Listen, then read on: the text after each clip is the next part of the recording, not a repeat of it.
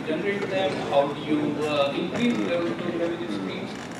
So this gives us a business model, gives us a way, model canvas gives us a way to brainstorm on all these points, on these criteria. So when I compare the strategic the plan, business plan, and the business model, I see that there are some gaps, there are some overlaps, there are some gaps too, right? So what was proposed was an integrating approach to both of these. Why not integrate both and try to position it in such a way, and then basically try and see how we can take the company or startup forward. So this is just tells you about the brainstorming sessions and these different pointers. So now, if I compare the business model canvas, that's on the left side. On the right side, you have the strategy, and that's the logical structure of components. Now, this is linked by causal relationships. What do we mean by causal relationships?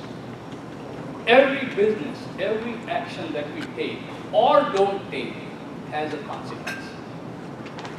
So you have a cause and you have an effect. So that's what the causal model structure means. So that's what your traditional strategic planning, strategic management does. Now, if you look at if I overlay, just simply overlay those two, what you see on the left, that's what you get. Strategy components mapped to the BMC or business model canvas. Okay? And it asks a lot of questions. Okay, you see those points. I didn't get it. Sorry. All right. So if you look at it, your key resources, they need to be down here with the cost structure. They cannot be above the cost structure, right? They should be part of it. Similarly, your value proposition, the channels need to feed into your value proposition. So that's what I mean. So basically, you see that some of these things, when you just simply place together, it doesn't make good sense. So what do we do?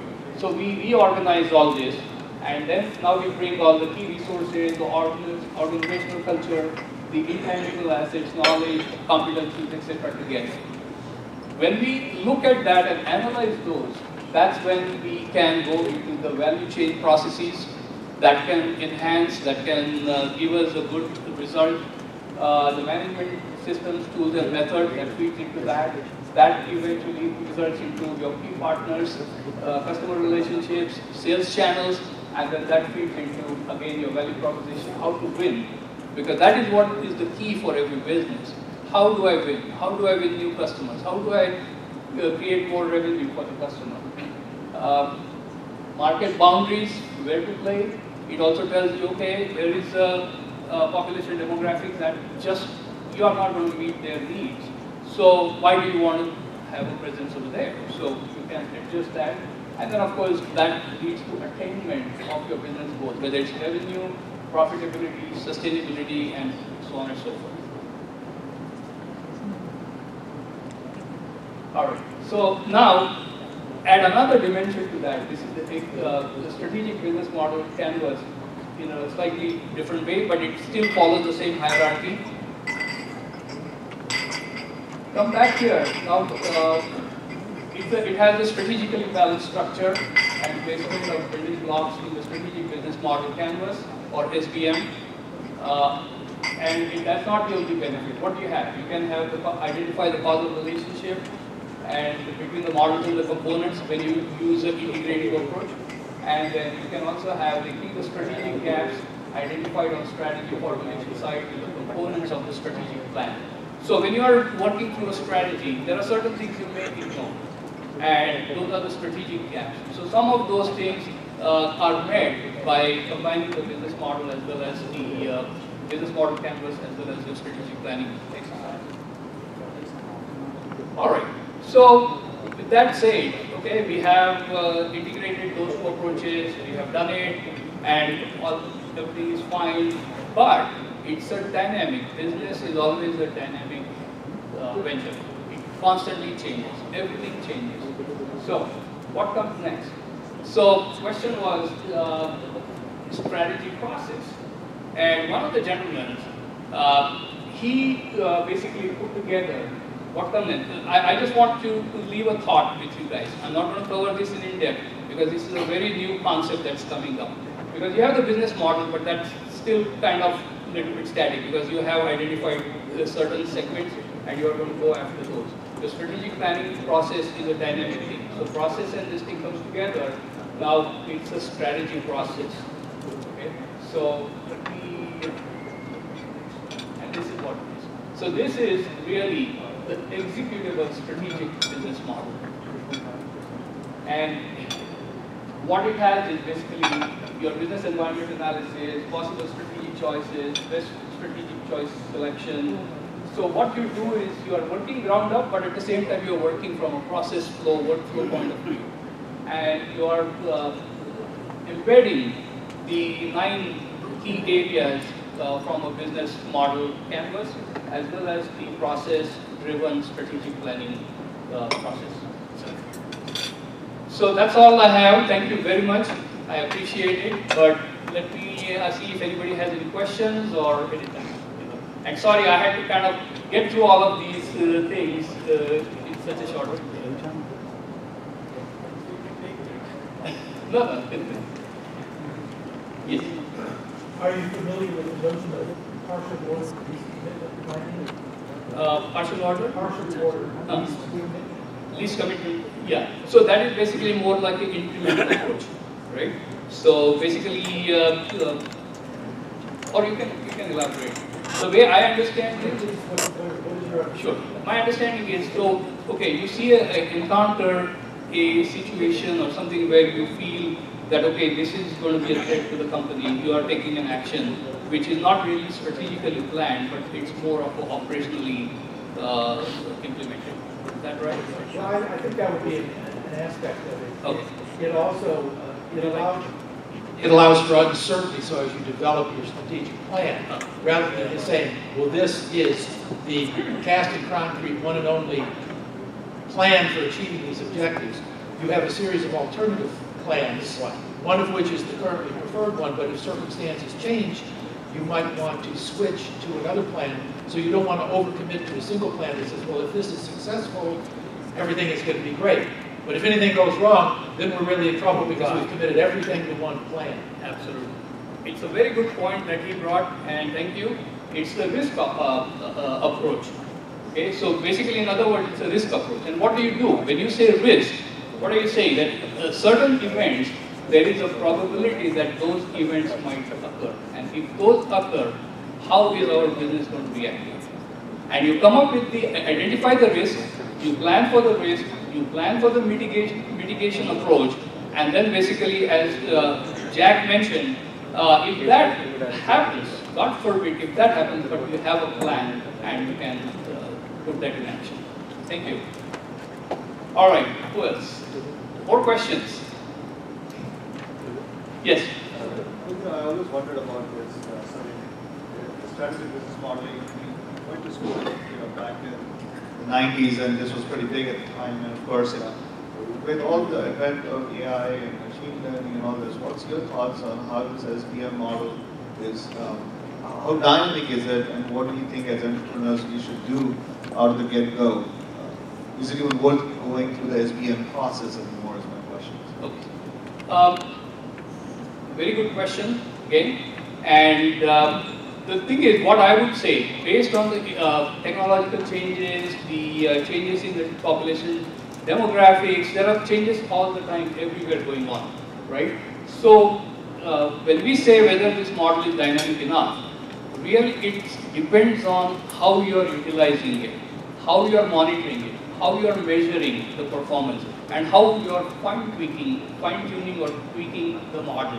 And that is the crux of the matter. So when the strategic planning process was deeply embedded, a disruptor came with the business model, right, Canvas. And then the Canvas didn't have the totality of the strategic planning, then they came up with the integration. So newer things are going to keep coming. And that's why from a business point of view, from an entrepreneur point of view, from, if you're an investor point of view, you have to be aware of these. You have to be aware of technological changes, social changes, So basically, geopolitical, socio-economic, and changes tied to population demographic changes. So those are very, very important. And there is a continuous scanning has to happen. What's changing? What's changing? What's changing?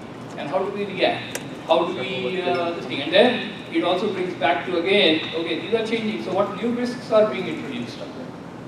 So that's what it is. It's like driving a car. It's even worse than driving flying a plane. Okay, because there are too many things you need to monitor. And one of the ideas that I have in mind, I'm working on that, is to create these dashboards with data analytics and with all those things. We can make these dynamic dashboards that can tell you, okay, here's something happening, and so on and so forth. But that's what it is. Yes. In the beginning, you showed that about the mission, vision, and all that. Right? So a lot of people who are starting with the sometimes the mission or the value so that they be mixed up. Yes. No. So do you have any best example in your business experience that you can just say that this company say that this is why they exist, this is their mission statement, anything that you like to get?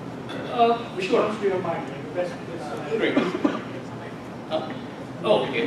So the question he asked is that for a new business, we advise that we need to have a vision, mission, and of course that is the key lifeblood of any business and determines a determinant of the success of the business.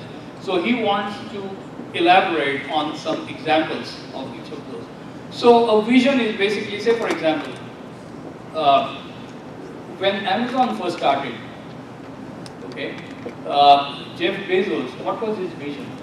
He was thinking that, okay, perhaps people, because of the onset and advancement of internet and the dot-com boom, he thought that, okay, a lot of people will be going towards online buying, right? So he had a vision that the internet can be leveraged to monetize in a different way. With the dot-com boom, initially what were people thinking? They were thinking, okay, we get the emails. And I have been in this country for 35 years, and I was here when we did not even have PCs. Okay? We did not have PCs. Nobody knew anything. Internet came when I was a professor, and only at that time, only the college professors had access to internet. And that too, the internet was not anything this fancy. It was simply a text kind of thing going back and forth. Okay? So you look at those things, and he had that vision that, okay, perhaps people are going to start buying online. And he started with a bookstore. That was really what Amazon was. It was just a bookstore, and that was his vision, right? Now, the mission was that basically, okay, I am going to take this further and make it my mission. So whatever I do henceforth, right, it's going to be derivative of this. It's going to take this as the base, and it's going to be derivative of this. I'm going to try and see what I can do. He had some very bad times, but did he drop off? No. Okay? Amazon was in very, very bad trouble at one point, but he continued, he sustained, he innovated, he always kept track of the changes that were happening, and he figured out how to react. Then, a few years back, they had a big problem. When the boom started happening and they started selling a lot, they had a big problem with supply chain. Imagine something that is technically innovative and everything, and now suddenly you're talking about, okay, I have so many orders that I cannot fulfill. So they started opening regional centers, distribution centers, and they started implementing systems and methods and things like that to try and see how they can fast track or create a good supply chain, to get the goods to the customers. From bookstore, they graduated to all kinds of stuff. So that's what it is. So I hope that answered your question. More? Yes, please. So I have one question about that. Since it is a large-scale plan, so the timing, so the length of time that you're going to stick to that strategy is also a large, right? But you don't want to go and change it like every single time one variant changes. So how big, your strategy should be, or how short it should be, so that it shouldn't become practical, but at the same time, you can respond much faster. So how small or how big we should be? Okay, very good question. First thing that we do is we understand strategy is all encompassing. That is your entire organization, right? But you have business level strategies. You need to break it down. Okay? Just like in a project plan, you will have activities and then tasks and work breakdown structure, and you will break it down. You need to start breaking it down. And you need to say, okay, yes, top down, this is what it is. But really the strategy, key aspect is bottom up.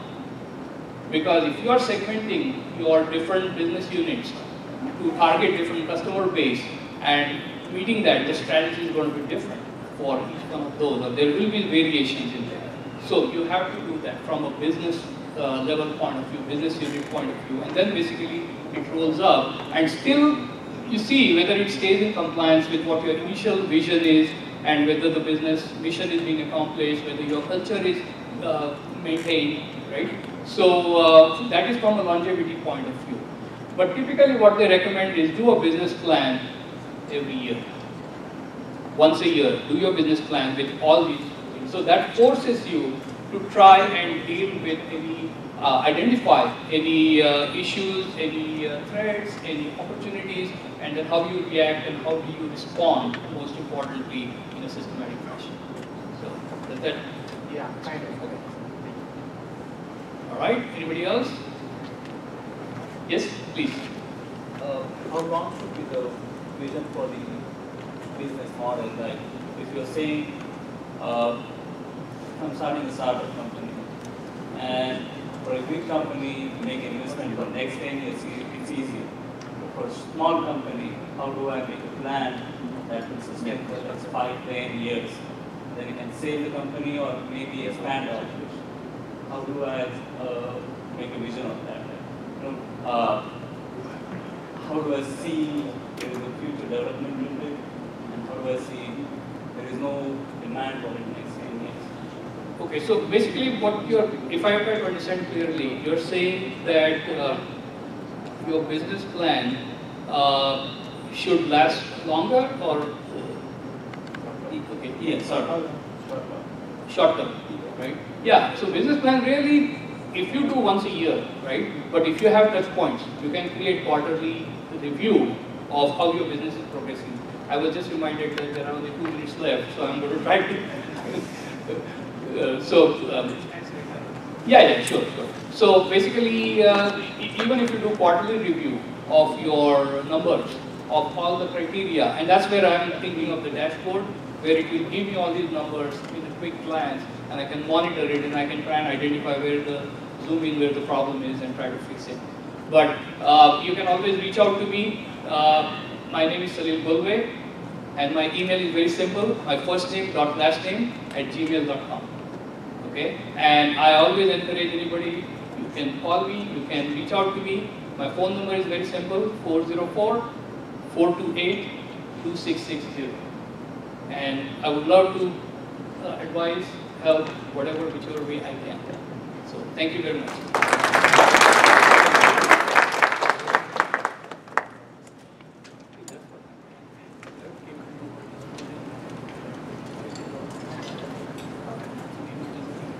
I didn't think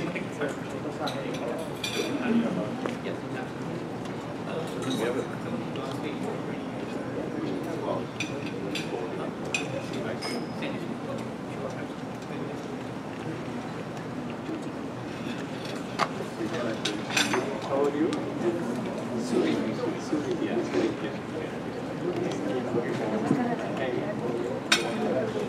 Thank you so much, sir. I'm sure this should be the perfect example of what does this mean, what does it mean by essence of the experience, which comes from hard efforts, practice, lot of reading, practice, implementation, and most importantly what Purnavad believes in is practicals. We believe in practicals.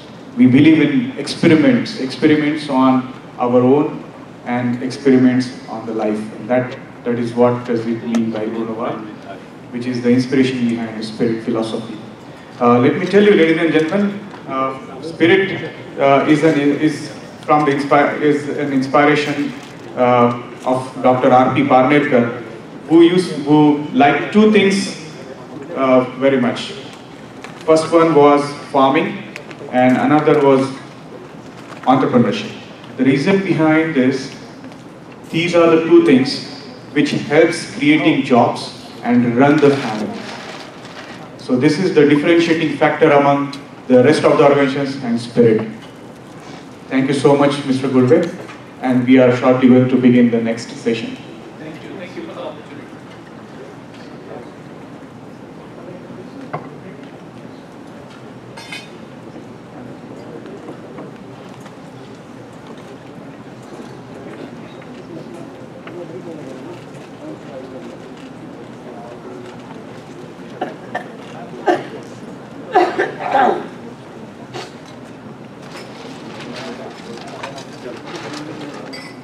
A very good afternoon to all of you. I, Shilpa Tisgaonkar, welcome all of you in our post-lunch session Startoscope event organized by Spirit, partnering with Dr. Parnerkar Life Management Foundation, North America. Before we begin our next discussion, we are going to have a small ceremony to release English copy of Purnavad. Purnavad is a thesis of absolutism propounded by thinker, philosopher and philanthropist Dr. Ramachandra Prahlad Parnerkar. So on this occasion, it is my pride to invite renowned entrepreneur and youth leader Mr. Lakshmikant Parnerkar and the pillar stones of Dr. Parnerkar Life Management Foundation, Mr. Milind Mantri and Mrs. Gitanjali Mantri. Please give them a big hand of applause.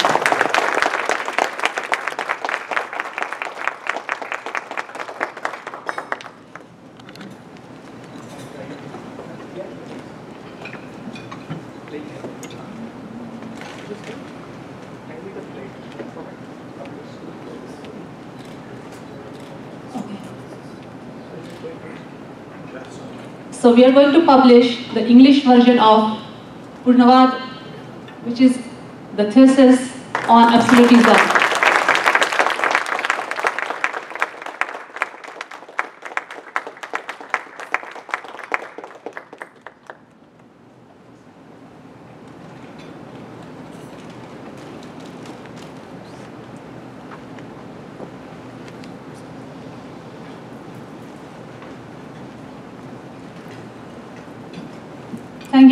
Thank you, Mr. Milind, and thank you, Mrs. Gitanjali Mantri. So now, it's my again pride to invite Mr. Lakshmikant Parnerkar to share his thoughts. So, little more about Lakshmikant Parnerkar. Lakshmikant wears many hats. Lakshmikant started his first business at the age of 16, and since then, he successfully is adding a new verticals. Currently, he has a multicolor offset printing unit, publication house, construction projects, and IT services.